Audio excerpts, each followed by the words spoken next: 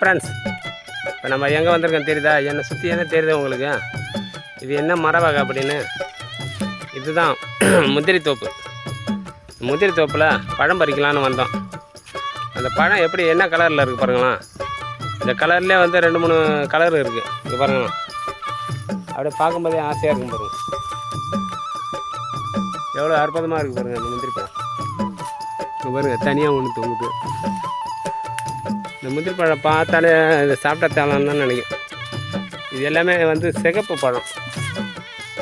எப்படி ஒரு கலர் கலராக தொங்குது பாருங்கள். இந்த செடி பூரா சாரி மரம் பூரா தொங்குது பாருங்கள். இதில் அடுத்தாப்புல ஒரு மஞ்சள் பழம் காட்டுறோம்பாங்க நண்பர்களே. அந்த மஞ்சள் பழம் அப்புறம் பார்க்க நம்ம இது ஒரு கலர் ரோஸ் கலரில் இருக்குது பாருங்கள். ஐயோ விழுந்துட்டுறா. இந்த ஒரு பழம் அங்கே பாருங்களா, இது சிகப்பும் மஞ்சளும் கலந்த போல் இருக்கும். இது ஒரு வகையான பழம். இது சாப்பிட்றதுக்கு இது நல்லா டேஸ்ட்டாக இருக்கும்.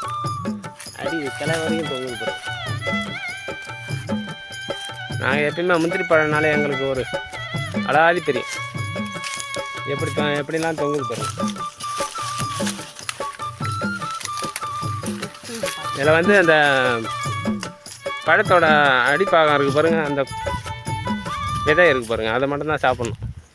அந்த காம்பு இருக்கிற ஏரியாவை கிள்ளி எட்டக்கடை செய்யணும். எங்கே இந்த மஞ்சள் பழத்தை காணும்?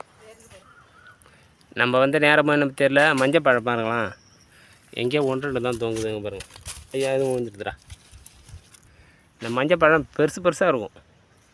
இது வந்து கொஞ்சம் சின்னதாக இருக்குது. இதை போட்டுரும். இதை வந்து அந்தளவுக்கு சாப்பிட முடியாது.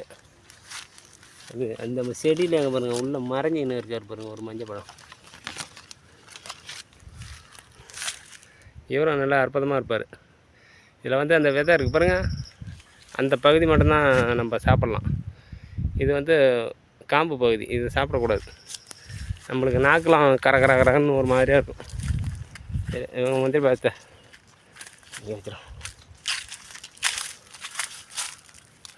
எங்கே நிமிந்தாலும் இந்த தடவை வெறும் பலாக்காயாக தொங்குதுங்க.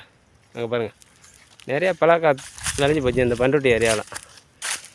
பாருங்கள், சிகப்பு பழம்னாலே அந்த விதையோடு பார்க்குறதுக்கு எவ்வளோ அற்புதமாக இருக்குது பாருங்கள்.